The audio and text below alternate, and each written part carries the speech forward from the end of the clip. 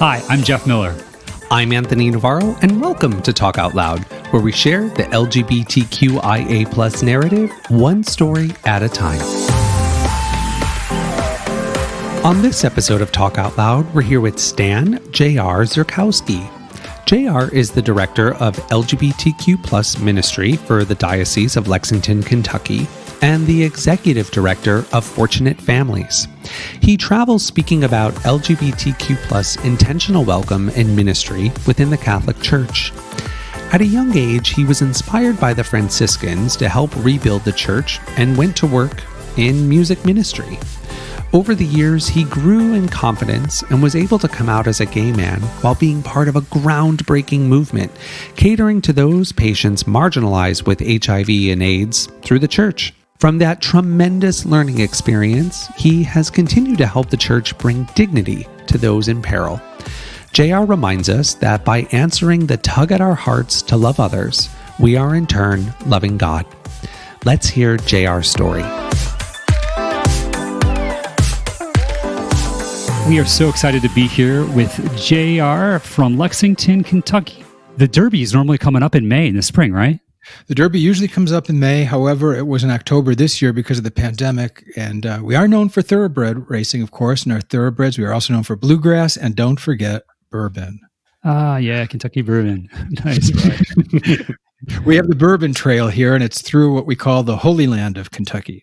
So bourbon and holiness go together, and I'm very happy ministering here. Sounds like a good Sunday. There you go. Yeah. So, JR, you grew up in Buffalo, New York, right? I did. I grew up in Buffalo, New York, in what I would call a Polish ghetto, so to speak. There were different neighborhoods, much like probably New York City and other places. And the neighborhood I grew up in was mainly Polish people, probably first-generation Poles. And everybody knew everybody. All the neighbors knew one another. And so you had a lot of parents, including the people that lived downstairs and the people that lived up and down almost every block. Now, just to give a little background, was that community, as far as the faith practice? The Polish community are deeply rooted in faith and in the practice of their faith. The faith sort of permeated every bit of our lives, from our Christmas celebrations to Easter celebrations to blessing doorways, which we just did here in Kentucky just a couple of days ago on the Feast of the Epiphany.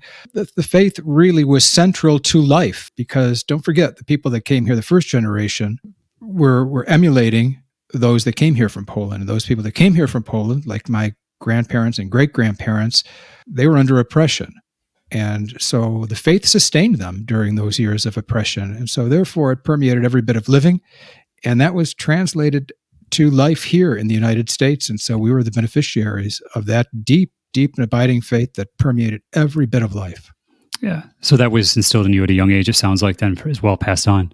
Oh, it sure was. I mean, yeah, it was just expected, I think, of first of all, Catholics in Buffalo in general, and second of all, of Polish American Catholics, that you would serve Mass, that you would go to a Catholic school. I went to Catholic grade school and Catholic high school, and it sort of was a theme in my life, and still is, obviously. I'm still working and ministering for and in the church.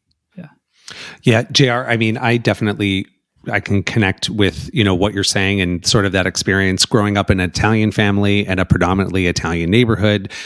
Church was a really big part of our lives. Same sort of thing, definitely went to Catholic grade school, high school, and even college. So it was a really big part of my growing up.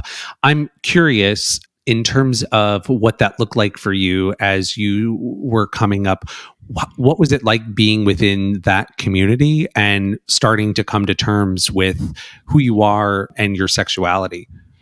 Sure. Well, I don't know that I knew much about my sexuality when I was very, very young. I don't think I gave it a second thought. I mean, I just enjoyed being a Polish American young boy.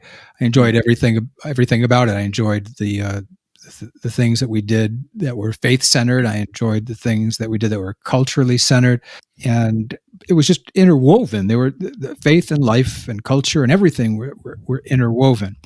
It wasn't until I probably was in high school, I'd say, where I started figuring out exactly who I was, and that became a bit of an issue because you must remember when I was in high school, it was in the 70s. And in the 70s, we weren't talking about these topics. Right. And so there was no one really to have this kind of a conversation with about, well, gee whiz, maybe I think I'm gay. Let alone the church, because the church barely said the word pregnant, let alone gay. I mean, we weren't going to go there. If somebody was expecting, you wouldn't say that they were pregnant. So there was not a lot of wiggle room, I'd say, for even approaching anyone in the church. Now, mind you, I was working for the church because during high school, I took a job as an organist in a parish in the Kaisertown section of Buffalo, and I was 13 years old when I began playing in churches. So my Saturdays and Sundays were pretty filled with religion, and sometimes weeknights too, between a choir rehearsal, or we would have May devotions and June devotions to the Blessed Mother, to the Sacred Heart. So my life sort of revolved around school, around home, around friends. I played baseball, I played hockey, and church. So there was no place really to have the conversation about what I'm thinking I am discovering about myself. I wouldn't do it with my family, wouldn't do it with the church. I was sort of navigating those waters all alone because there was no opportunity to have those kind of conversations. Yeah, I mean, I think a lot of people can relate to that just in terms of those who are immersed in their church experience. I'm curious, did you ever feel, was there like any kind of sadness that you had that you weren't able to like fully connect with the church and the community on a, like, in being like honest about who you are? I don't think that during my high school years or my grade school years I ever did, to be honest with you. I was sort of, how do I want to say this? I was just sort of immersed in my high school experience. I was immersed in every part of it that I wanted to be immersed in, and I had good friends, and they just knew me, and they liked me. I mean, I had friends that were jocks. I had friends that were nerds. I had friends that were artsy. I had friends that were none of the above, and we just all sort of liked each other. I can't remember anybody being mean to me or saying anything pejorative about, a gay slur or anything. And I went to Catholic high school. I think the thing was, it just wasn't talked about. So therefore, there was no way to delve into that kind of a conversation about self, which I would have loved to have done, whether it was with teachers or with friends, but you just didn't. You didn't say those things, but I never felt sad. I think I felt accepted. I think the older I got, I realized that it was really a shame that these topics were never brought up because I could have benefited from having conversations with people that I admired, people that I worked with, people that I looked up to as faith leaders and teachers and so forth. But it just wasn't the time for those kind of conversations, I guess. So, JR, there's kind of like that fun period of time, like, in those tween years where, you're not really having to worry about the cares of the world. But then, I think for myself, I can think of like, maybe sophomore year, I started realizing, okay, like the people that were a year or two older than me, like started having to make decisions about like, where am I going to go to school? What's life looking? Almost like the natural conveyor belt of life was starting to approach for the next thing. Did you have friends like, starting to make decisions about school or calling? And then how were you able to relate, or was yours different? Well, no, I think that about sophomore, junior year, people started, thinking about, well, what are we going to do afterwards? Where are we going to go to school? What do you want to study? What do you want to be? I remember now, probably, I imagine then as well as now, by the time you're maybe a junior in high school and maybe a senior, you might already have sort of a significant other at this point. But at that time, you probably had a girlfriend or a boyfriend, and it was heterosexual. And so I too had to think about what I wanted to do. And I knew I was attracted, to the Franciscan Friars. I don't know if you know what they are, but they're an order within the church, and they follow St. Francis of Assisi. And there was a group that came around, and they were called the Singing Friars. They were a bunch of young guys in formation to be friars, and they played different instruments and so forth. And they would do these singing and music gigs all around the place. And I remember my mother took me to see them at Villa Maria college auditorium, and I really was attracted to what they were doing. They were a bunch of young guys following St. Francis, who I really always thought pretty highly of because I thought he was a radical and really called the church and called the world to conversion, meaning conversion to love, to reform, to be better, to rebuild. And these guys were sort of attractive. And so what does a gay young Polish boy do that's Catholic? You think about joining a religious order so that way you don't have to deal with any of these issues, because you will take a vow of chastity, or if you weren't joining an order, you would promise celibacy, and you just wouldn't have to deal with why don't you have a girlfriend or anything else. Now that wasn't the excuse. That wasn't the reason that I went in, but that was a mighty convenient add-on to why I went in, because then there'd be no questions asked. No expectations, right? Correct. Yeah. And you're doing something noble besides, and the nobility of it really attracted me. And I thought, well, it's a win-win. Yeah. St. Francis, for anyone who's listening, he wrote the prayer of St. Francis, correct?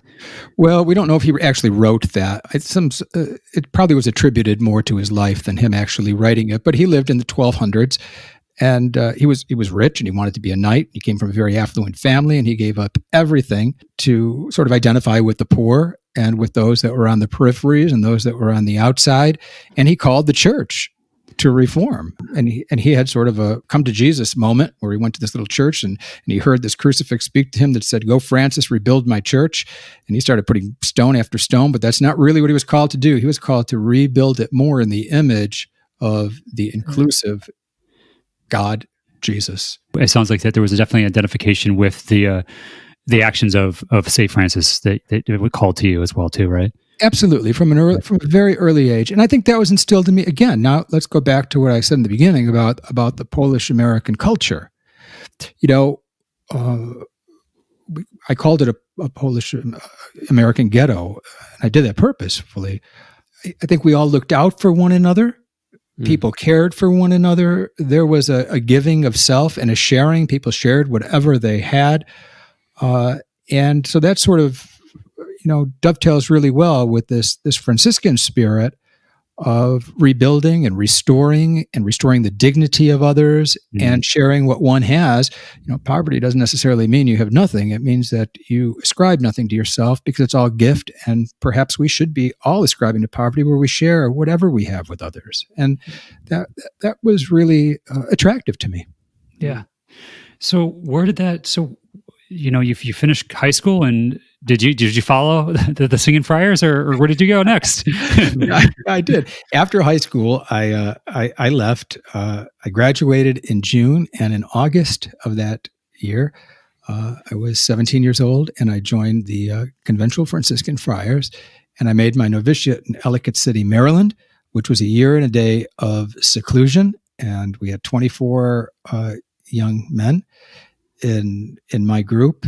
And what we did, we prayed and we worked and we stayed on that property for a year and a day, trying to figure out, what God was saying to us. Were we called to this way of life, or were we not? So a year and a day, that's a lot. But at the same time, I've done sometimes where I've done maybe like a 21-day meditation practice. I was still talking to other people, or maybe gone away for a retreat. And I honestly, that's one thing in COVID that I haven't done that I've been missing, is that this last year I haven't done what I normally, one of the two of the retreats I would do. What did you walk away from that experience? What was that like? Well, it really taught me something about introspection. Now, when you're there for a year and a day and you're praying and you're working and you're not leaving and you're with 24 other guys, some of whom are straight, some of whom are not straight, and we were all young, so we were all sort of figuring ourselves out in relation to faith, particularly in a relation to the Franciscan charism, following St. Francis, and seeing what we want to do with the rest of our lives, if this is something we wanted to commit ourselves to. So I think what I walked away from that was the capacity to look at myself and to try to understand myself, to try to dig as deep as I could to figure out what motivates me, to figure out what drives me, to figure out who I am, so that way I could perhaps do some good for the church, for the world, But first I had to know who I was. And I think that's sort of the purpose of that year, to figure out who you are before God and to figure out what the community is for you and who you are to the community. But I think for me, it went even deeper because I think I used that time to figure out who I was in relation to the world, not just the Franciscan Friars, but in relation to others. Wow, that is such a gift to be able to do that, before you sort of jump into your, life and your career. I think, so many times, we're sort of on this path, it's like you're in high school, you're getting ready for college, you just jump right into college, you're making decisions for your career. And to be able to have that time to really reflect and think about and get to know yourself and hear what direction you should be going in, that just seems like everybody should do that. There should be a little bit of a break before you just sort of jump in to what you're doing, because self-discovery, it's something we don't talk about as much, I guess, just in general, and being able to sort of let go of society's expectations and to really get to know who you are and be able to sort of take the next step in your life. Yeah, it was a real gift. At the same time, it was a real challenge, because as I am figuring out who I am, and mind you, I was 17 years old. I turned 18 in November of that year. I was coming to terms with who I was in my sexuality as well. And so as a gay young man within a religious order, I had no one to speak to about this because these topics weren't spoken about. So it was a unique disadvantage to self-discovery and to self-actualization, because I had to figure this out pretty much on my own for that year and a day, except for one elderly friar that I spoke with and was pretty honest with. And he just simply advised me, don't talk about this. Don't talk about it to anybody. So I knew it was sort of taboo at that point. But by the same token, I think I was given the time and the luxury, and I use that word on purpose again. I was given the luxury of being able to have quiet and have specific time that was dedicated to figuring out who I was. So despite all of the challenges, despite, the less than fertile ground for a young gay man to be figuring himself out, let alone figuring out himself in relation to the faith, I was able to at least begin touching upon that for myself, because I was forced into that situation. So after coming out of that situation, where did you decide to go next? When I left the Friars, I had a pastor, a wonderful pastor, Jim was his name. And, I thought, well, I don't think I want to pursue this any longer, because there was too much for me to discover about myself and about the world. So I left the Franciscans and I got a job in a church playing the organ again, being the music director. And my pastor thought that I really needed to go back to a seminary. And so, he did all kinds of things and convinced me to go back into a seminary, which I did. And again, it wasn't really a don't ask, don't tell kind of a place. It was more just don't talk about it kind of a place. And so I found myself once again in a place where I knew darn full well that some of the guys, if not many of the guys in there, were gay men.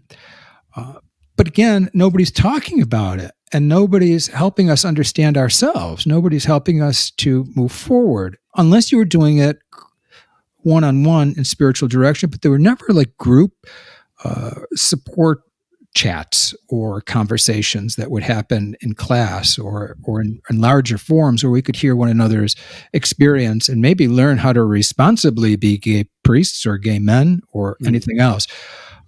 So I did the best I could, and I stayed as long as I could, and then I left. And then I got a job again as a music director in Buffalo.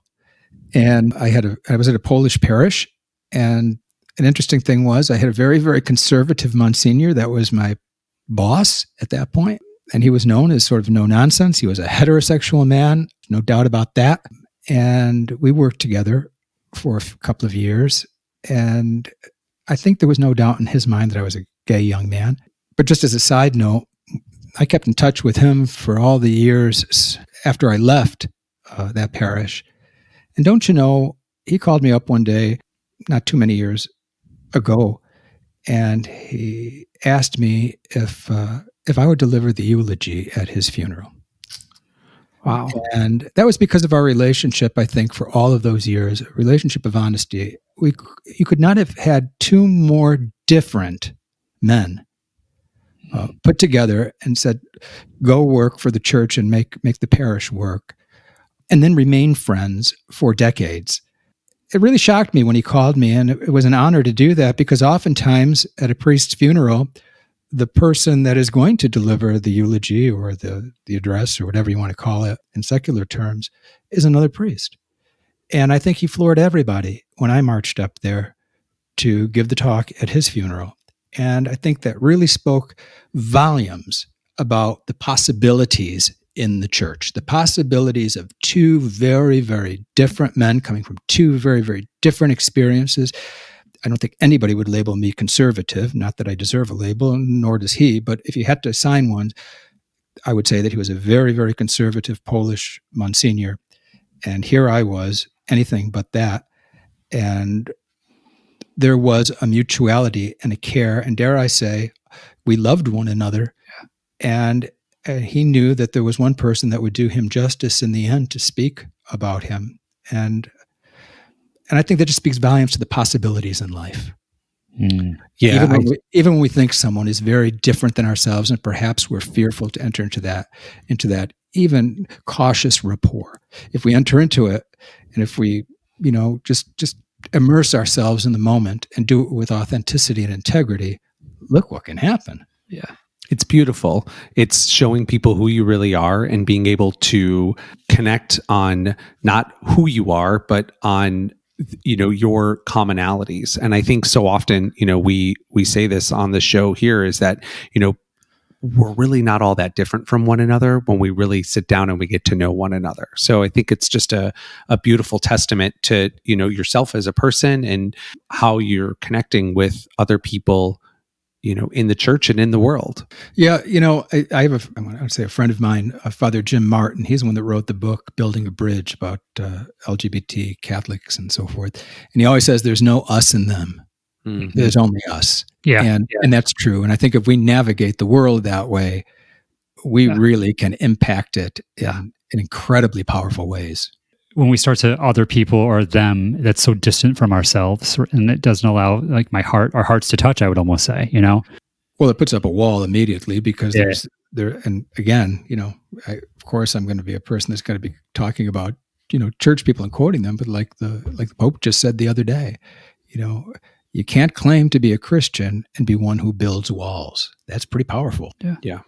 So building the bridge is the important thing. And I think that story about the Monsignor and myself, through the years, and even in the beginning, there was a bridge built, and it was a sturdy bridge. And that bridge spanned to eternity. That's just beautiful to me. It was a gift to my life.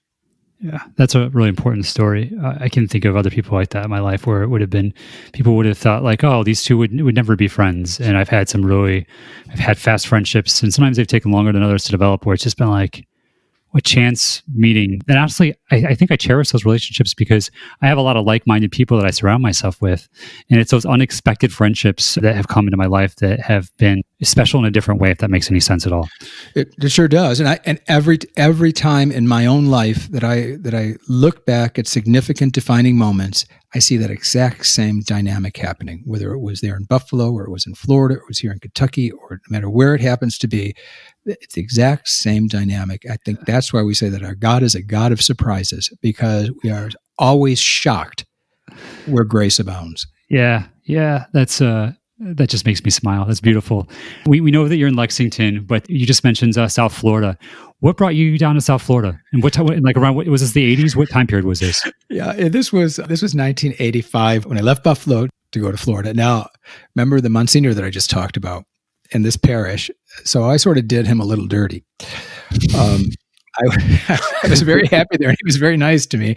And one day I sashayed into his sacristy and told him that I was leaving and I was going to Florida for a job. He was incensed, pun intended. He was incensed. He was livid, actually, that I just decided to do that. And let me tell you how that happened. There was a parishioner of his, Helen Radomski was her name, very, very nice lady, wonderful woman. And two of her brothers were priests, Father Innocent and her other brother, Father Mark Christopher. They both were conventual Franciscans, so they were in the order that I was in my earlier years. Well, when Helen's husband died, the funeral was at the church where I was the music director and Monsignor was the pastor. Well, both of Helen's brothers show up, Father Innocent and Father Mark Christopher. And Father Mark Christopher hears me playing and doing my thing. And afterwards he gets to me and he says, you know what, have you ever thought about coming to Florida? Because I got a parish in Florida and it's beautiful and it's near the ocean. And he was a salesman. I mean, a good salesman for that church. So he said, well, I'll tell you what, why don't I fly you down? You just take a look. And, if it works, it works. If it doesn't, you got a free vacation. So how's that? I said, oh, cool. Let's do it. So I went over there and this was in Fort Pierce, Florida. And I think he drove me to Fort Pierce via Boca Raton because everything that I saw was gorgeous. And I sort of fell in love with the place. And it didn't take me long to decide that was a better option than Buffalo for a guy in his mid-20s. And so I walked in there. I told the Monsignor I was leaving. And then, adding insult to injury, I told him that I was going to we called him Father Chris. His name was Mark Christopher. Father Chris was what he went by. And I said, I'm going to Father Chris's place. And oh my God, that should have been the end of our relationship. But it wasn't. So it was meant to be. But that's how I ended up in Florida. And I went to work with this guy. And he was a Franciscan, but he had left the Franciscans just like I did. And he became a diocesan priest. And he was at a parish in Fort Pierce, Florida. And so I went there and took a job as director of music and liturgy. And I spent 15 years there. And it was wonderful. So I'm thinking like South Florida right now, in the 80s, the HIV pandemic was rampant at that moment, at those years, right? I mean, isn't the stigma was at its height? Was the church involved at all? The parish that I worked in, which was in Fort Pierce, Florida, was in the Diocese of Palm Beach. If you've ever heard the saying, but they say everybody in Palm Beach reminds people of the gay 90s because everybody there is either gay or 90. So, yeah. And there was an awful lot of people in the gay in the gay community that were very, very sick and very, very fearful and dying. And the church really was doing nothing. I don't think the church was even talking about it, at least to my knowledge. And I could be wrong, but I lived it. I don't think that I'm saying something that's not true. They didn't want to touch it. My pastor, Father Chris, he had polio when he was a baby. And so he walked with a terrible limp, and he had to get a special dispensation even to be ordained because he couldn't genuflect on his right knee. And that was something that was an impediment to ordination. So he had to get a special dispensation, the Vatican, to be able to even be ordained. So I tell you this because he keenly understood what it was like to be on the margins, what it was like to be at a disadvantage, someone that would be looked at oddly because even when he walked down the aisle, he was, sort of hobbling down with his vestments and all. And it was, he'd buy one shoe that was bigger than the other because one foot was significantly smaller. So this was a man that understood what people might feel like to be ostracized and on the outside. And Father Chris, he was willing to have conversations about what was happening because a large part of the people in Fort Pierce, or a good part of the people in Fort Pierce, were Haitian. And within the Haitian community, HIV and AIDS was incredibly devastating. And that was within the heterosexual community. We were talking about, women and babies and all kinds of awful things.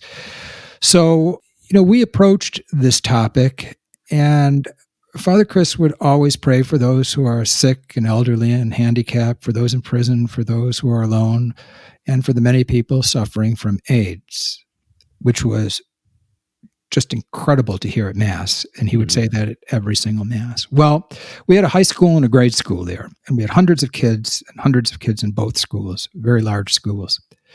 One of our parishioners who had gone through our high school was Kimberly Bergalis. I don't know if that name rings a bell or not, but Kim was the first person to be infected with HIV and subsequently die of AIDS at the hand of her dentist, a healthcare worker. Oh, yeah. Yeah. So Kim had graduated from our high school. So the idea of addressing the incredible challenge of the people living with and dying with HIV/AIDS hit us as a parish uniquely and squarely between the eyes. So we had a choice, I think, fundamentally, of either just turning our back and dealing with Kim and the situation very, very quietly, or taking a stand. Now, this is where Father Chris really comes into play, because Father Chris was not a man that was going to just go down very, very quietly. He was a guy that was going to take a stand because he understood what it was like to be at that disadvantage, to be that person that everybody looked at and pointed fingers. Now, mind you, they were saying, meaning they, the news and kinds of people were saying there was no way in the world that Kim contracted HIV at the hands of her healthcare worker. You know, she must have been messing around and being sexually promiscuous and all this jazz. And she had not been, and they subsequently, proved that through all kinds of indelicate and awful tests. But that caused us to look beyond Kim and figure out who else was feeling marginalized and who else around us was suffering silently with a disease that was not discriminatory. So I got involved with what was called the Treasure Coast Community AIDS Network. And I was on the beginning team there. And I began with another guy, but who just recently passed away, Dave Parzial. We used to call him Pantry Dave. We began a food pantry. And we did that in conjunction with the church that I was working at in Fort Pierce. So that way, people who had HIV and who obviously were going to lost their jobs because they were ill, oftentimes didn't have a lot of money at their disposal, could at least have food. That food pantry is still in existence right to this day. It's not through Treasure Coast Camp, but it still is there, and it's over, about 30 years now. But the point is that we began then at the parish delivering meals to people that were not able to go out, either get groceries or to even prepare their own meals because they were so sick with HIV. Mm-hmm. And that was unique. And we took a lot of heat for doing that. We would bury people that died of AIDS. And oftentimes, that was really an incredibly sad time for me because as a church musician, sometimes me and Chris and the funeral director at somebody's funeral because the families would shun these people. Yeah. I recall one gentleman that I brought dinner to, and he was married to a woman, and he had kids, and he was really a gay man, but he was sort of forced into hiding that and doing what he needed to do to just survive in life, and that was get married and have kids. But apparently, he also succumbed to his, sexual needs, and he ended up becoming infected with HIV, and he ended up alone. His wife shunned him, and his kids shunned him, and I would eat with him, and I would bring him his food, and when he passed away, we buried him, and nobody came except Chris and me and the undertaker. And it really was a sad, sad time to see. And I think what it taught me personally was, where in the hell is the church? Mm. Where are the people of God? It can't just be us. And, we were taking heat from all kinds of people, other pastors that were looking at us like we were lunatics for doing this and doing something outside of the bounds of Catholicism or outside of the rules or whatever. And we didn't give up. We kept doing it, and we kept doing it, and we would have major discussions in our parish about this issue of HIV and AIDS, and how do we respond as a community, as a faith community? Do we judge people? Because everybody knew basically how somebody was getting this disease. And so, it's real easy to look down your nose and act like super Catholic and just condemn somebody else. But but for the grace of God went I and a lot of other people that might have, befallen the same fate. And so who were we to really, be judging other people? And Chris was a very staunch voice in that conversation. I remember when Kim died, for example, on CNN, and everybody else descended upon the parish because we had her viewing in the church and celebrated her funeral there and whatnot. And people were, just shocked that we were claiming that, this young girl was, nearly a saint. Now, we never said that, but they were saying this kind of rhetoric that we sort of made her into a saint. Well, you know what? Everybody is called to holiness. Everybody bears the mark of God. And so, yeah, I think that she showed a certain sanctity, but so did every other person that we cared for. And I think that was the unique hallmark of the parish and what we were doing at that time, was that we saw in everyone the unique holiness that was a reflection of God. And I can recall, one time, this was, and there were scary times too. I have a Scottish Terrier now, and her name is Margot. About 2 years ago, I had my second Scottish Terrier pass away, and she was Sophie. And when I got my first Scottish Terrier, I was at St. Anastasia in Fort Pierce, and her name was Maggie, and Maggie was a puppy. And she was these Scotties are very feisty when they're puppies, let me tell you. And they've got teeth like alligators. And now, mind you, this was Florida, so I'm wearing sandals. And Maggie decided that she wanted to play, and she grabbed my foot. And of course, she ripped my skin on the top of my foot, and I had a big, fat, Scotty-sized wound on there for a while. And I was bringing food to one of the people that were very, very sick with AIDS, and I was sitting next to their bed and sort of feeding this man, and he got sick and he had to vomit. And don't you know, he moved his head over the bed and vomited right onto my foot, onto an open wound. Let me tell you, that was frightening. So, I didn't know what to do, to be honest with you. So I got an HIV test, and I knew I had to go back in 6 months and so forth, but it was a particularly frightening time. And during that time, I came to terms with being able to talk about what I was doing and somehow or another show and articulate a bit of who I was to others. I was growing in confidence about revealing myself to others by virtue of what Father Chris was doing about revealing himself and his heart and his capacity for his, I want to say his woundedness, because that's what it was, suffering from polio and having that limp and all. And so my own woundedness was rooted in my being a gay man, but being a gay man in the closet and being fearful of saying that to anyone. But I was sort of forced into having this conversation with my mom, because I thought, well, I better say something about just in case I come back HIV positive. I better like lay some groundwork here.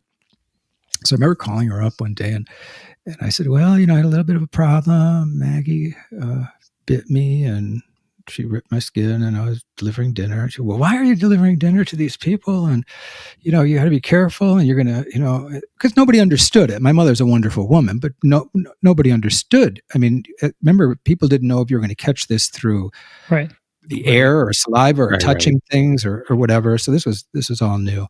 And that sort of spurred the conversation on that, well, the reason I'm doing this is because I understand that, because I'm gay too. Wow. So that was a freeing moment. I was almost 30 years old when I said that to my mother, but it was a freeing time. And the next person that I said it to was Father Chris. And Father Chris didn't bat an eyelash. And he said, he'd call me Stasiu. That's what they called me then. That's Polish for Stan. And he'd say, Stasiu, that's okay. I don't care about all that. That doesn't matter. You're a good human being. So come on, let's do it. Let's keep moving forward. Go rebuild my church. We can't sit on our laurels. Let's keep going. Good man, good solid man. And it was interesting how the universe sort of all comes together. So at the same time, I was like a walking casualty, I think, because at the same time I had, this is sort of indelicate, but I think it's a necessary part of the story. I was seeing a urologist because I was passing what everybody thought was kidney stones. I lived in Florida. I probably was not drinking enough water. I was probably drinking too much Coke and things that I shouldn't be drinking. I had been going to the doctor because I thought that something was wrong. And they said, well, you're passing stones. And drink more water, drink cranberry juice, and stop, being outside so much, and don't get dehydrated, and everything will be fine. Well, to make a long story very, very short, everything wasn't fine. One day I was visiting a friend of mine in West Palm Beach, and we were visiting, and had an overwhelming, I've never had one since then, an overwhelming urge to go to the bathroom. And I did at my friend Mitchell's house. And I had blood and clots and everything else coming out of me when I tried to urinate. And I knew something was dreadfully, dreadfully wrong. I didn't know what to do, but I knew I had to drive home immediately. And so I drove home 80 miles away. And the first person I called was Kim Bergalis, because Kim, I knew at least had access to some decent medical personnel. And Kim called in some favors, I guess, to some doctors, and turned out that it was cancer. I was diagnosed with bladder cancer. And when they had looked at the films of my urologist, they had found out that it was diagnosed 3 years earlier, but nobody ever made a phone call to me. Wow. Yeah, go figure. So they said, we need to get you into surgery immediately. And it was just a very trying time, but not to dwell on, everything's fine. And it was fine. What they found out was, when they went in there, was that it was no worse 3 years later than it had been on those initial films. Thank God. Mm-hmm. Yeah, that's sort of a miraculous thing. And so there was no loss of anything at that point. It was a real gift. But the interesting thing is how all of it converged together, how Kim and her wonderful medical personnel that could help me and get me immediate help, as opposed to the doctors that I had been seeing that weren't really doing their job. And I think it also taught me something too about empathy and about realizing how others might feel when they're particularly vulnerable, because man, did I ever feel vulnerable. Let me tell you, when you get a cancer diagnosis, that is it's a game changer. Yeah. So interestingly enough, especially in this day and age, soon after that, Kim was still alive, we decided to host Dr. Fauci at our parish to talk to us about HIV and AIDS. Again, going back to that conversation I had with my own mom, people were not understanding the disease. And there were a lot of rumors and a lot of false information that was going around about it. And so, again, that was another way that we were really front runners in the conversation in South Florida for the Catholic Church, to even have Dr. Fauci come and to speak to us frankly and to delve into some science. So now we had a marriage of outreach and science and faith, and a Catholic community struggling with its identity, but knowing that it had a Franciscan charism to go to rebuild the church. And where was the church in need of being rebuilt?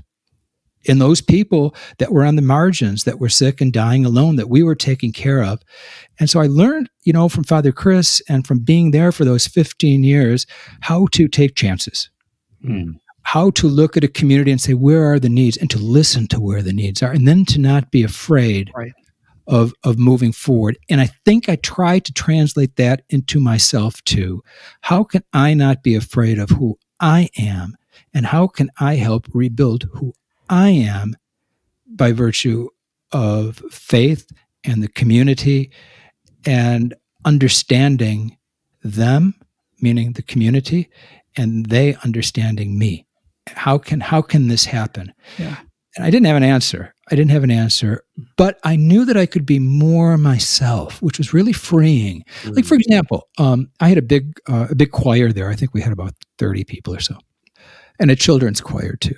Well, when we were going through the challenges with Kim and ministering to the Haitian community and the gay community with HIV/AIDS, our choir, which was right next to the sanctuary, visible, like right next to the sanctuary, would wear red ribbons during Mass.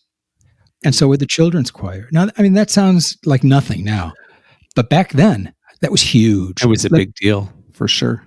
It was a big deal. When we did the first World AIDS Day commemoration at our parish at St. Anastasia and Fort Pierce, huge. We had beautiful bronze statues that were gorgeous. Father Chris was a Renaissance artist in his last life, because he would have these beautiful things outside and design these beautiful gardens and beautiful bronzes and so forth. But back then, we would cover all the art up with black on World AIDS Day. It was a visual reminder that because so many people in the arts were dying and sick. And so this parish, would follow through with these kind of visuals and would be in solidarity with those who were on the margins. That was a tremendous learning experience for me. JR, it's interesting being somebody who's able to observe like your life story, to see like leading up into this, there was definitely, I feel like that the universe, God, just the strategic people that you got to have these experiences with to come together and create and show up and take action to help other people and to be the church in other people's lives. You have, even before you had this self-actualization or this realization that now that you were going to continue to seek out with, I feel like that there was so much you were already doing, but now with this authenticity that you were able to have. And I know for myself, like when I came out to the first person who had met a good friend of mine, and he just, I had this similar experience where he just like was nodded and was like, yeah, you know what? Like the monster underneath the bed got smaller. And then I shared that with somebody else. And then it was just like, I was able to have the self-actualization to be, not that I had to come out to everybody, but that I knew like, I'm okay. Knowing now, like all of what you've been able to accomplish where people say that, oh, this will never change, or where you've been able to build bridges. We could talk about so many of the different accolades and just beautiful things you've accomplished, but I'm really excited about, and just today currently with the stuff that you're doing, what you've been able to do in Lexington. So what brought you to Lexington? Sure. Well, when I left Fort Pierce, it was because my pastor, Chris, decided to retire. And I thought, well, Attila the Hun may come in next, and I'll get booted, so I may as well leave while the going's good. And so I looked for another job, and there was a job open in the Diocese of Orlando, which was at a beautiful oceanside parish, which was not hard to take. And I left, and I took that job there. And when you going back to your freeing thing, it's making me make this point, I guess. When I interviewed for that job in Orlando at this parish, and the pastor called me up and said, well, let's go to lunch and let's talk about it. We were pulling into the driveway at the parish, and I said to him, I've got something I've got to tell you. And he said, okay. He pulled over the car, and I said, well, I don't want to take this job and then end up getting fired or end up losing it and moving and everything else. I said, I want you to know that I'm gay. And he said, okay, that's just not an issue. I said, whoa, this went very well. Wow. Okay, cool. And I said, but here's the deal. I knew at that point that there would be people in the church that would make a big, big deal out of it. And there still are to this day. Yeah. That just want to use that as a way to hang somebody, so to speak. And I said, what are you going to say to those people? And he said, I'm going to tell them it's none of their business, and we shouldn't be judging people, and a bunch of other things. And so anyway, I went to another parish there, and we worked rather well for another 13 years, and I'll spare you all of that. But that was not without its difficulties, because there was a band of people there that just wanted me out because they knew that I was gay. Mm. That was a real problem, because they went to the first bishop who was there when I went there and tried to make a big deal. And I went and spoke to this bishop, who ended up being, I don't want to say a friend, but friendly toward me and nice to me and understanding and all. And he wouldn't buy into it. Another time my pastor said that he was called into the chancery and told that he was to fire me because I was gay and I was being a divisive figure. And he wouldn't do it, of course. But anyway, that just to say that there are still big challenges within faith communities of acceptance, which is really strange in this day and age. But people are all on a learning curve, and that's okay. I've come to the conclusion that that's okay. And God works still through these situations. Sometimes they're tough and challenging, but there's still good that comes out in the end. I think, at least I believe that. You should believe that.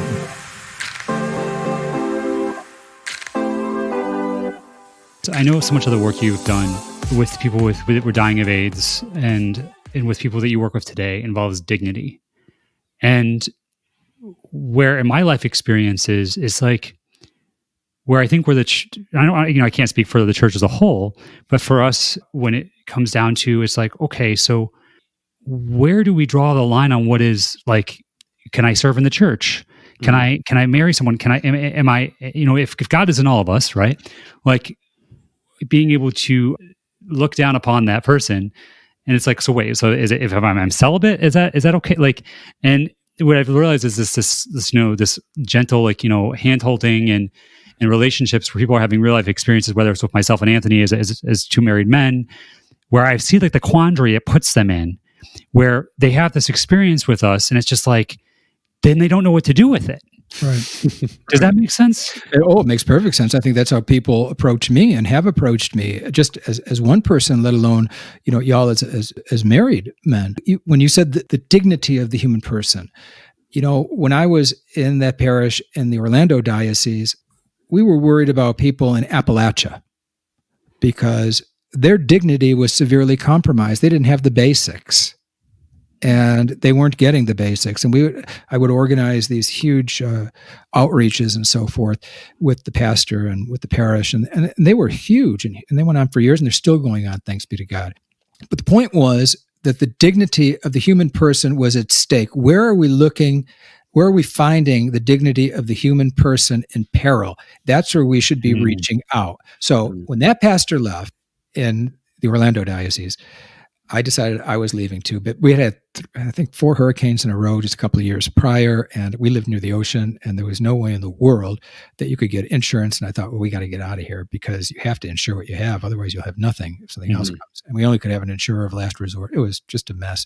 So we sold it, thought, well, where should I go? And it made sense to come here to Lexington because since 1988, I had a relationship with this diocese of pairing affluent South Florida parishes when I was in Fort Pierce with poor, economically poor, struggling communities, faith communities in Appalachia. And that the parishes would send X number of dollars per week, and they would enter into what was called a covenant relationship. And I knew a lot about this diocese and about this area. And it's a beautiful area besides. I don't know if you've ever been to Lexington, but here I am, Chamber of Commerce for Lexington. It's a beautiful, beautiful place. A lot of art, a lot of culture, a lot of good food. Beautiful. It looks like you're in a painting most of the time because it's beautiful horse country and bluegrass. Just gorgeous. But the point was that I guess it was sort of a no-brainer to come here. It had the best of, like, say, Austin and Asheville and just some beautiful places that I loved, and we thought this is a good place to come. And plus, I knew a lot about this particular diocese. So when I got here, I took a job, really small little job, as a music director at a parish in Harrodsburg. It was a wonderful community. It was a very healing community. It was a lovely time. I stayed there almost a whole year. And then a job opened up here in Lexington at a parish that, for me, when I looked at this parish, it was screaming my name, saying, come, come, come, come, come. It was a very social justice-oriented parish in downtown Lexington, situated in the historic district next to the Opera House, across from Rupp Arena. If you know anything about, like, basketball stuff, that's where all the games and all the shows and everything come. It was in a wonderful place. And at that time, they did not have a pastor. What they had was a parish life director, who was Sister Clara, a woman leading the place, and a sacramental minister, Chuck Niehaus. God rest his soul. He just passed away a couple of days ago.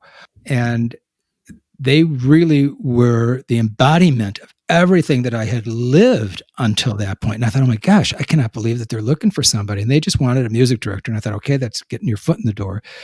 Take the job. At least you have the same vision as everyone else. And of course, I did sort of the same thing that I did when I took other jobs. I just immersed myself in the entire thing.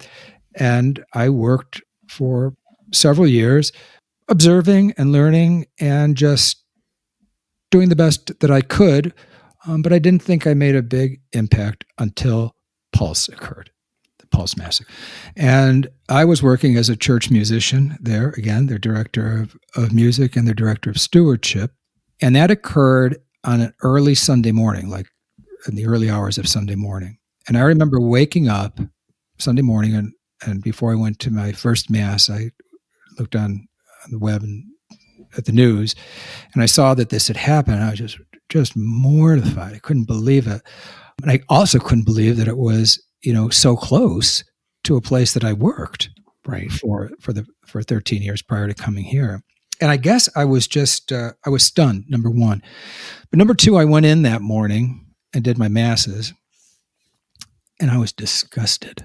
I was absolutely disgusted with the church. Not a word was mentioned about this massacre. And, the thing that bothered me most about it was that when any other tragedy occurred, we were the first ones to pray for them. And I wondered why not this time. Was it because it was gay people involved? Is that why we were so silent? And I thought, what in the world? And I grew a backbone that day. And I was doing their Facebook page at that time. And when I got back home, I put a thing on there about praying for our siblings who were killed and massacred at Pulse. And I think I put the article or the image of Pulse or something on this thing. And I thought, well, let the chips fall where they may. This will either kill me or cure us all. And don't you know, overwhelmingly on the Facebook page were people saying how wonderful the church is saying something and just support. And I thought, whoa, this is not what I thought was going to happen. I thought this was going to be my death knell, to be honest with you, that my posting that was the bell ringing for my imminent death. But I thought I had to do it. Well, that sort of opened up a conversation then. And I went into parish leadership with Sister Clara, and at that time, another priest that I was working with. And I had a conversation about how are we going to respond to this? How are we going to respond to the LGBT community who are obviously grieving, who are obviously maybe afraid at this point? I mean, who knew if there were going to be more attacks like that, if it was an isolated incident? I mean, there were just so many questions. And what was the church going to do? I knew that there was a big LGBTQ community here in Lexington. I didn't know anybody in it, but I knew there was one because we had a Pride festival. And there were tens and tens and tens of thousands of people that would descend upon downtown Lexington for this Pride festival. So I had the conversation with church leadership, and it was a hard sell, sort of, not for Sister Clara, but for the priest, it was a hard sell. And I wanted to do something. I didn't know what, but I proposed that on the 1-month anniversary of the Pulse massacre, we do a concert in the church and invite specifically the LGBTQ plus community. It was a hard sell. Boy, that was tough. And I shouldn't say that all the way around, but the priest that I was working with at that time didn't understand the difference between being political and being pastoral in this regard. So, everybody's on a learning curve. So I'm not speaking ill of him. Everybody's on a learning curve. Everyone is. We all are. And his learning curve was trying to figure out, what he could in conscience, and we all have to work on our, by virtue of our own consciences, what he could do and what he couldn't do. So, at any rate, made the cell, made up about, 3,000 or 4,000, 2,000 or 3,000 flyers, whatever it was. And we went to the Pride Festival because, mind you, the Pulse Massacre and the 30-day mark afterwards, when we wanted to have the concert right in the middle of it, was the Pride Festival. And we handed out all these flyers. It said, specific welcome to the LGBTQ community to St. Paul Catholic Church downtown, a concert. We got some really excellent talent to put on this concert. We were met with people being stunned that we were walking around the Pride Festival, handing this thing out, asking the LGBTQ community to come to St. Paul Church for any reason, just to come to a Catholic church. I say, are you real Catholics? Or is this for real? Is this a joke? Or, right. All kinds of. So, I was learning a whole heck of a lot about how we were perceived. And this was getting uglier by the moment because we were perceived as the place where we didn't want gay people. We didn't want lesbians. We didn't want trans people. We didn't want bi people. I don't know what we wanted. Right. But that was a shock to me because, we always said that we were the inclusive parish. Well, fancy us thinking of that, because unless other people know that you're the inclusive parish where everybody's welcome, you're not the inclusive parish. It's one thing that I learned from that whole thing, that just because you know it, don't assume everybody else knows it. And what are you doing to show it? Right. So, So JR, just for a second though, I just want to point this out, with at least what I'm thinking, I'm hearing is that not only were you inviting these people and telling them that they're welcome, you were inviting them to come to something to mourn and honor the lives of the people that were lost and dignify these people at the same time in this church. Correct. What we wanted to do, what my vision was to honor both the dead, to mourn the dead, and to honor the lives of those who someone thought were worthless. What I was learning was that the perception of those that we wanted to honor, meaning the LGBTQ plus community as well, because we wanted to honor their lives that were so dishonored at Pulse. And what I was learning was that we were part of dishonoring those lives. We were part of it too. So it's interesting. I've been hearing this, as you've been telling your story, how important communication is, how important when something happens for leadership in any organization, church, corporation, a local grocery store, but for there to be a way to take a stance and say, this is who we are, this is what we do, for the church to be able to, do that for its parishioners and to the community, to make sure that people know that you are there for them and that you are a safe space for them to come to. I think about all those times hearing, you just kind of walk us through, a bit of your history, thinking back to when you were in the seminary. If you were just able to have that open communication with some of the other people at the seminary, what a difference that would make. And then what a difference it made when the church provided outreach to those who, had HIV and AIDS. What a major difference that makes. And being able to see that you are part of that, vehicle at the church in terms of having this concert, at St. Paul's, it's intrinsic to know and to remind ourselves, you have to speak up and you have to speak out when you know that there's something right that you have to be able to do. Absolutely. And so one of the things that I knew about this concert was I didn't want a lot of talking. Because talking was going to get us in bigger trouble, I thought. Yeah, for sure. We wanted to call people in, let them know they were welcome here in this home, which we call the Catholic Church building, because they were not feeling particularly welcome there. And I asked our bishop, Bishop John Stowe, if he would be the only one to really say something outside of a couple of prayers that we offered, a prayer in the Jewish tradition and a prayer in the Christian tradition and the music. And he agreed to it. And this is where, intentional communication, intentional outreach, intentionally being church, intentionally being family comes into play. He stood at that pulpit and he said these words, which changed my life. He stood there in a full church. We had about 700 people in that church, 750, whatever. And I never thought I would live to hear these words in a Catholic church come from a bishop speaking to a predominantly gay congregation there at that moment. And if not gay, then that was their families, friends, and allies. And he said, homophobia is a sin. I've used those words over and over in almost all the talks that I give everywhere because those are powerful words.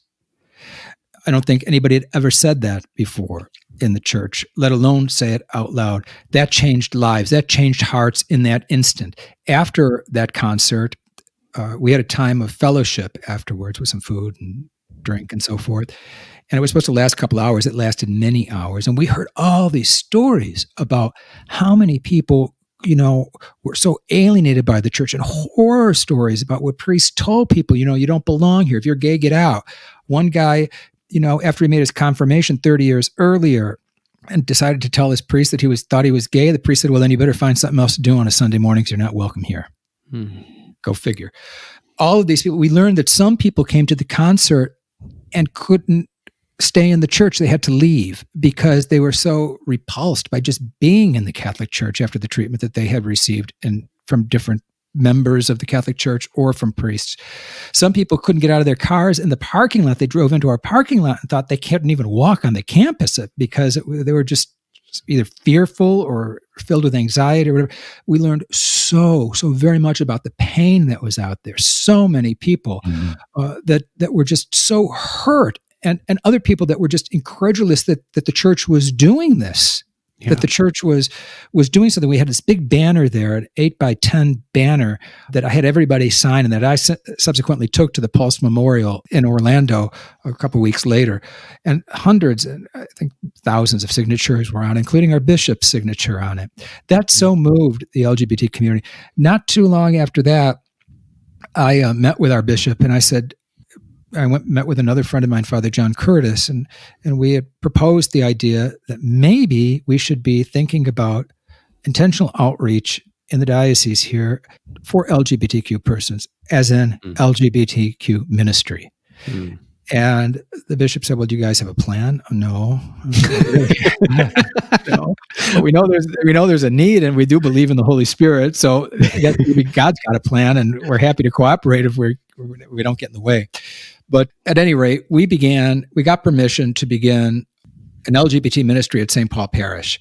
And so I got word out everywhere that we were going to have this big LGBT ministry meeting. Y'all come, doors open, and, 2 people showed up. 2 people showed up. And I thought, oh God, this is not the beginning that I was looking forward to. But it was transformative for one young man that came there. One young man had been away from the church for a long time, and he came back that night, and he is now immersed in the parish here at St. Paul. And as a matter of fact, if you go to the Diocese of Lexington's website, Crossroads is our diocesan magazine. This month, he was featured on the cover, and St. Paul's was featured on the cover of that magazine because Nick is now the chairman of our parish council here at St. Paul. So a long way from that first ministry meeting of which I just want to pause for a second because you mentioned that banner that you took down to post for the memorial that was signed.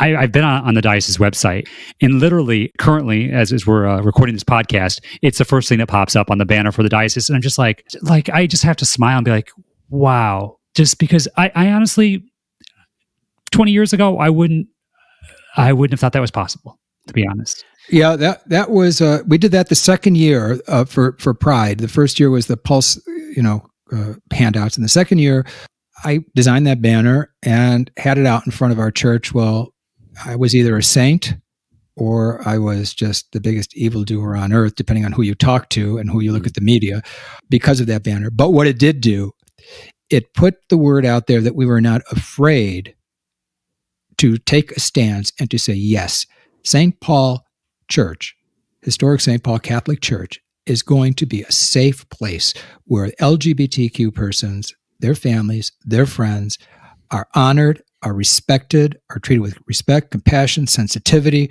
where they are supported, where their dignity is defended. And it brought all kinds of people back to the church. Yeah. And so we put it up every year now.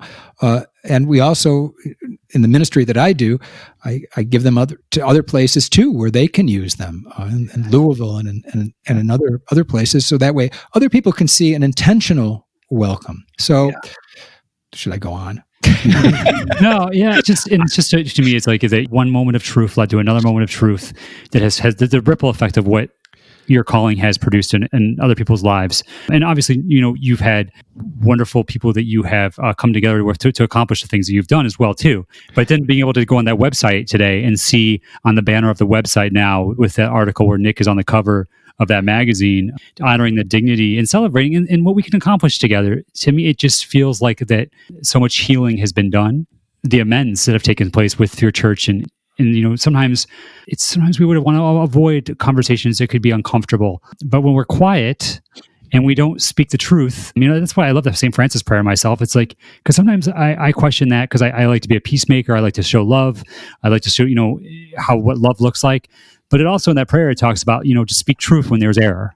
Right. And that's what I've seen in what you've done and what your church has done. And I just commend you so much for that. Well, thank you. And of course, it does take a village. I didn't do this alone. Soon after we got permission for the LGBT ministry to occur at St. Paul, which at that point was a personal outreach of the Bishop of Lexington.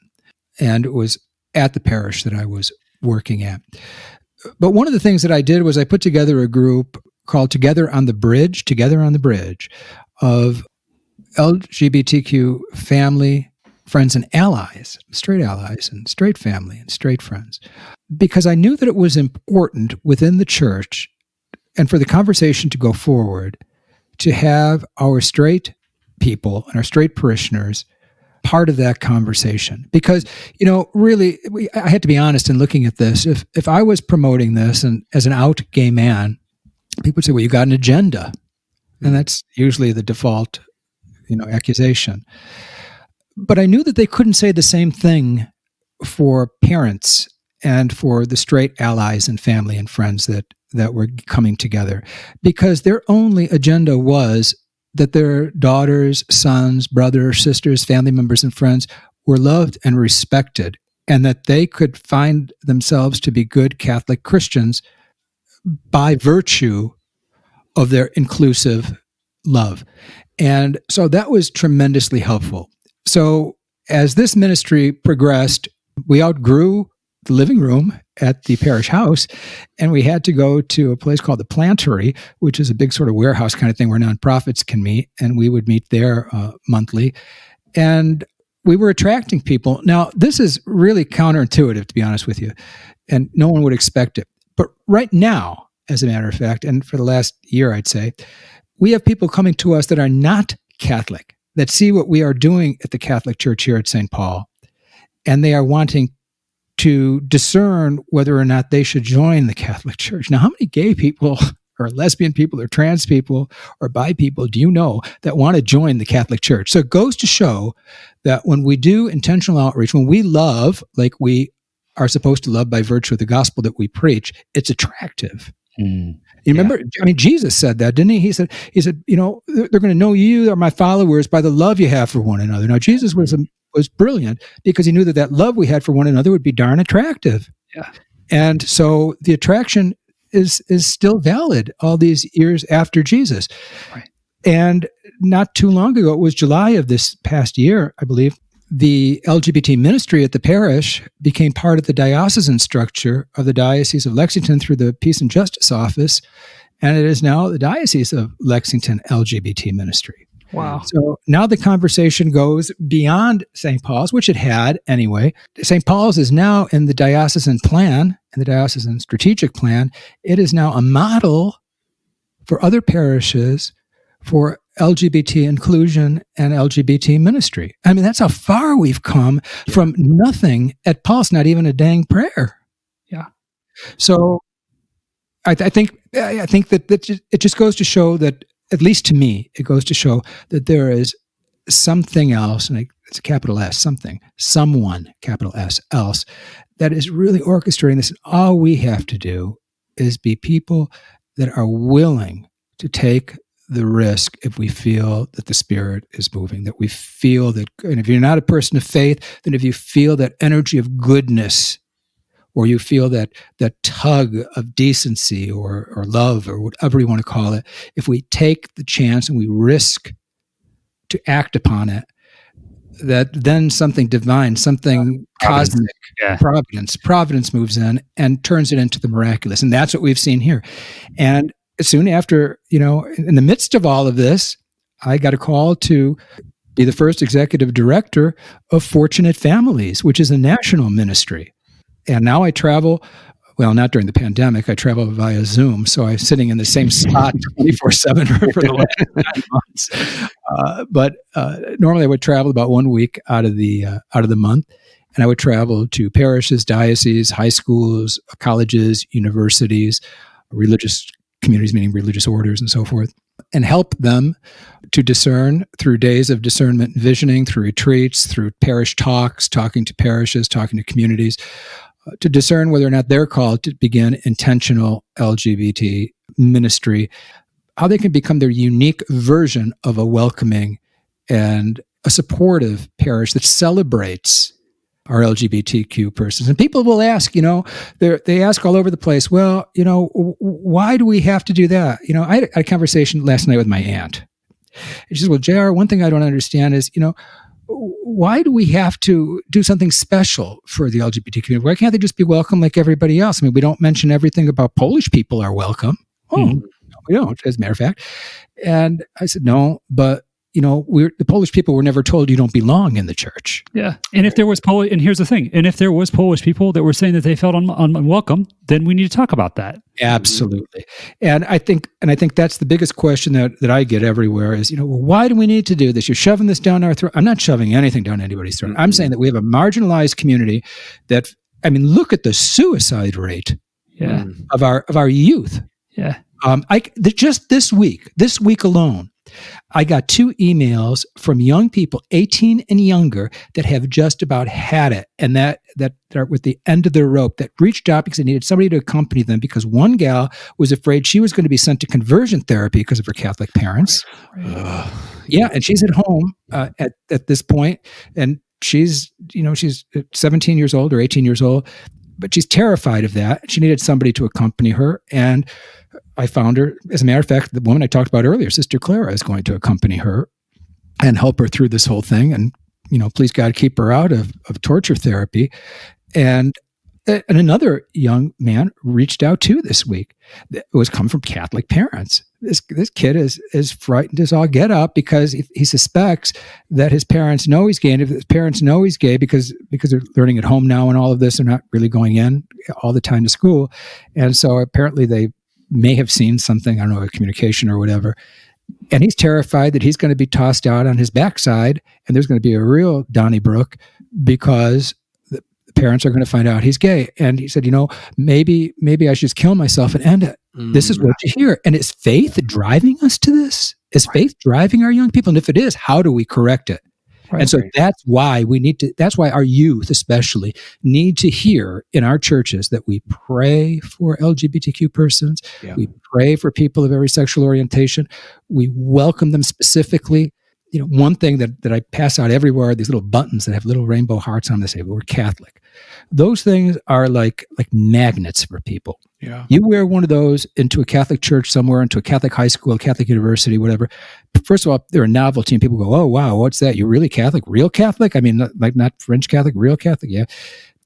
And then they start telling you their story. And I always tell people, if you ever want to really encounter Jesus as Jesus comes to us in the year 2021 or 2020, I would say last year, wear one of those buttons because you're going to see the suffering Jesus come up to you and tell you all about the suffering that Jesus is enduring in the flesh of someone that is going to pour out their story because they see a little heart pin that says Catholic and they've been keeping it in for ages. And I can give you person after person after person in the dozens that have had that same experience. So that teaches me, hopefully that should teach other people, and I tried to teach my aunt last night, that's why we need to reach out specifically to a community that's been told, you don't belong here. And you're less than. Right. And that's also, JR, that's also not just the LGBTQI plus community. That's also other marginalized communities. Is that right? If you go back to that St. Paul website that you mentioned about the banner before, scroll through. What other banners do you see in front of our church? Right now, there's two in front of our church. One that says, Black Lives Matter, racism is a sin. And then there's another one out there that says in Spanish, welcome refugees and immigrants. Indeed. We can't be one-trick ponies because you know what? Our message rings hollow then. If we're going to talk about the dignity of life and of everyone or of the marginalized, of the LGBTQ community that's marginalized, then we have to also speak to anybody else that's marginalized because we are all in this thing together. And that goes right back to the beginning of our whole conversation about what did Francis hear from that cross at San Damiano? He heard, go Francis, rebuild my church. Well, where does the church need to be rebuilt today? And all of those people that are out there feeling marginalized, that feel they don't have a home, that feel that nobody is sticking up for them. Who is their voice? Who is the voice of our Black sisters and brothers, our Black siblings at this point? Who is the voice for our refugees? Who is the voice for our children at the border? Mm-hmm. Who's the voice for our elderly that are sitting at home, especially our LGBT elderly, which is another situation that is coming to light these days, that I find out that they just don't have the same capacity for communication in nursing homes. That their straight counterparts have. Everybody's talking about their grandchildren and about this and that, and they're feeling very alone. I mean, this is a real issue. So we've got it on both sides of life, at the beginning, in the middle, and in the latter stages. But it's not only them; it's also all of the other people on the margins as well. And so I think that if we're going to be honest about supporting the dignity of LGBTQ persons, then we have to have the conversation about how then does the LGBTQ community respond to others that are in the same situation. Mm-hmm. Otherwise, we look like a selfish group of people. And we're also not following, really, at least for us, meaning us, we who are people of faith, we're not really following the gospel. We're just looking out for ourselves. And we should be looking out for the least, because that's what Jesus told us. Look out for the least. Yeah. Whatever you do for them, you're doing for me. So who are those least? And the LGBT community is part of those least, sadly. We have a friend, Shannon Lynn Parker, who was on, and she talks about that when we lift up the humanity in others, we lift up the humanity in ourselves. That's right. It's that question I have to ask myself. It's like, what does love look like? What are the actions? I love being able to go to a church where I can go and be filled, like my cup can be filled on Sunday morning or Saturday. It really doesn't matter, whatever that looks like. But getting my cup filled up and then going back out into the world and being able to then fill other people's cups up as well too. And I think that's the whole idea. We call it something else. In my industry, we call that, incarnational theology, if you will. Jesus was born as a human. God decided to show God's face, God's heart, God's hands. God decided to show God by virtue of flesh and blood as a vulnerable infant that was subsequently crucified, died, and rose, we believe. Well, that wasn't a one-time thing. God continually shows the divine self by revealing divinity in one another. Yeah. Now, why it is so blessed hard to recognize that divinity in LGBTQ persons for some people of faith is beyond me. But again, I keep going back to this because I don't think that it's up to me to really, look at anyone and judge them. Obviously, everybody's on a learning curve. So how do we help others? How do I help others to learn that really our response to the LGBT community is how we are responding to God in the flesh among us? And then go even further than that, like we just discussed a moment ago. How I respond to others is how I am responding to God. And that's for people of faith. And if you're not a person of faith, well, then I guess my question would be, then what defines us as human beings? Can we look at another and recognize the same humanity that we share? And if we can't, what's stopping us? And for me, for many years, what stopped me was the incapacity to love myself or to realize who I was or to self-actualize because I was afraid. Well, I guess that helps me to understand how other people might be afraid to have those same conversations when they don't understand it firsthand like I understand it firsthand. Yeah. And so I think the idea, and the Pope keeps calling us to this idea of accompaniment, to building the culture of encounter. Once we begin building that culture of encounter, we find out that there is so much more that makes us one than there is that makes us fearful. Mm-hmm. And fear is a great motivator of dreadful acts and of doing nothing. JR, so if someone is hearing this, maybe specifically not from the LGBTQI community or somebody who is part of the community, what have you found has been a helpful tool to start to encounter others or to be of service? Sure. I think, the very first thing that I think we can do is to be quiet, to be quiet and to listen. Whether you believe in God or you don't, listen to whatever your heart, your mind, whatever the stirrings are inside of you. When I go to parishes and I talk about beginning LGBT ministry to priests and to staffs and so forth and so on, I don't come in with a plan. I don't come in telling them what to do. I don't know their communities and I don't know other people. I don't know anything about it. But the one thing that I do know is that God or the cosmos or the energy that is divine or whatever you want to call it, whatever title you want to give it, will reveal what we should be doing and how we should be doing it. Now, there are some practical steps to take, I think. If anybody out there listening and they think, well, heck, my parish, or I've got 5 people here that might be willing to have a conversation about beginning something intentional, well, get a hold of me. Get a hold of me and we'll figure it out. There's lots of people that can help you figure it out through Fortunate Families, through LGBT Ministry, Diocese of Lexington. Especially now, it's really particularly non-threatening because you can use Zoom. Yeah. so people can be on the screen and everybody's muted. You don't even know if they're asleep or what they're doing. But, you just got to trust that something bigger than yourself is out there that's going to help and take the step, make the call, take the leap, try it. And then don't, the one thing that I think we are sadly, we fall victim of, and that is being self-referential. I think the LGBT community really is called and should be going beyond itself. And it does in so many places. But I think our hurt sometimes, or our own fear of being hurt some more, causes us maybe not to reach out to others. Yeah. And I think, I've learned that if we do reach out to others, then we become a bigger team. We become a bigger vehicle of change. For example, I'll give you one little example. The Knights of Columbus get a bad rap a lot of times, and they say, oh, they hate the gays and all this stuff. They're a fraternal organization in the church, and who puts out our banner for us for many years? Our Knights of Columbus, our Grand Knight. And that most people find that so difficult to believe. But you know what it was? It was that these men got to know people that were gay people. Yeah. And they got to know them as brothers. Yeah. And they got to know them as friends and fellow parishioners and fellow journeyers. And that made all the difference. Then all of a sudden it just doesn't matter. And the things that we put aside, we could stop looking at each other and wondering what we're doing with our genitals, for God's sake, and just look at each other as human beings that are identifying who we happen to love. Yeah.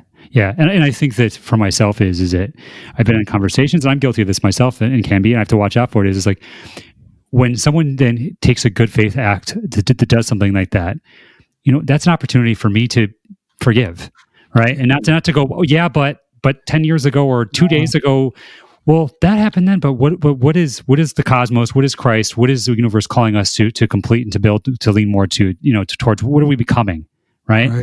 And I want, when I see when a hand reaches out, I want to be there to grab that hand and not to slap it down and say, no, you did this 2 days ago, 2 years ago, And we can't do that with others, and we shouldn't do that with ourselves either. I find in my ministry that so many of our LGBTQ persons are burdened because they can't forgive themselves for things that they've done, thought, or not done, or should have done. I find that myself too. I think, well, heck, I should have done this 20 years ago. I should have done this 10. I should have done this last week. And I think forgiveness. You're onto something there.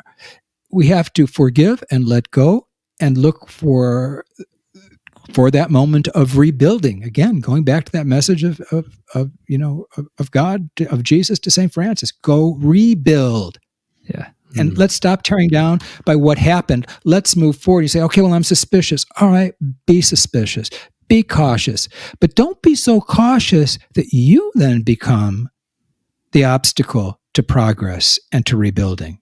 Wow. And that can be a real issue, I understand, as a gay person myself, and for the LGBT community. Well, the church has hurt me so bad. People have hurt me so bad. The church didn't want me. Yeah, but now the church is coming around to the conversation. So if we want to, that's why people say that I'm going to leave the church. And I say, heck no, please stay. Please stay. Just last week, I had a conversation. I'm doing this thing right now, priests across the United States. It's about ministering to trans persons. And for the last 3 months, I met with them, and I had 3 different Zoom conversations. Well, for the next 3 months, I'm going to have 3 different people speak to them, 2 trans persons and 1 parent who has 2 trans children. And one of the people that's going to speak, and her name is Tracy, I reached out to Tracy and said, Tracy, would you talk to these priests at one of these encounters? And Tracy said to me, JR, no, I've had it with the church, and plus they don't want to hear what I have to say. Trust me. Well, I said to Tracy, they need to hear what you have to say. If you don't share your story, which could be a vehicle of change, well, then, we've got no right complaining. And Tracy's going to speak, and Tracy's going to tell her story of how hurt she was, a victim of Catholic education in Catholic high school, and how she was told to get out because she identified as trans. If we don't tell the truth, but here's the big qualifier, but then after we've said our truth, forgive one another and move on. Yeah. Hard as that is, we will never, ever go about the work of rebuilding and restoring and moving forward. We'll just sit here at a stalemate, not liking each other. And for me, that could be mighty easy too. Yeah. I mean, this work is not for the faint of heart, trust me. But it's the only way forward as far as I see it. Yeah. JR, I know from listening to you that you're really making a difference in the world in a lot of different ways and touching a lot of people's lives. I know I said earlier in the conversation that I grew up going to Catholic school, high school, and college, and like some of the people that you've talked about today, I had the experience of being shunned by the church, and listening to the the space that you're creating, this new world that you're creating within the church. It gives me so much hope that one day that I think I might be able to find that sacred space that I found so long ago, that I think in many ways I miss the community and I miss being able to be with like-minded people in faith. And I just want to say before we close, I really appreciate the work that you're doing, because I feel like it's going to leave a lasting impact on not only, the local level that you're working on, but on a global level, to see that LGBTQI people can be a part of the church and be a part of openly practice faith and be honest with who they are with their own community. So thank you for myself and all of those who can't say thank you. I really appreciate the work that you've done. Well, thank you. Your comments are very, very generous and are gratefully received. And the one thing that I'd like to leave, especially people that feel alienated from the Catholic Church, because that's where I'm particularly ministering within, is you are welcome. There is a place for you. You have every bit as much right to be in a church, and not only to be there, but to have a voice and a ministry and a place within that church. Please come home. Please come home. And if you need help coming home, reach out. I think you guys are going to put my information out there somewhere. Yeah. Reach out, because there is a place for you and you're valuable. And God loves you tremendously. And the church should be letting you know that. Forgive us for the times and for the ugliness that you've known from us, but come home. And if you need help coming home, let us help you. We will talk to your priest, we'll talk to your pastors, we'll talk to your bishops, we'll do whatever we have to do. But you're part of the family, and we love you. JR, thank you for the work that you do, and thanks for spending some time with us today. We really appreciate it. Well, thank you all. Thank you. We hope that you were inspired by JR's story of faith, self-discovery, and service. To connect with the many resources he mentioned today, including Fortunate Families, please visit his full profile on our website at www.talkoutloudlive.com. Thanks for listening to this episode of Talk Out Loud. If you're enjoying the show, please subscribe, rate us, and share with a friend. You can also follow us on social media at Talk Out Loud Live.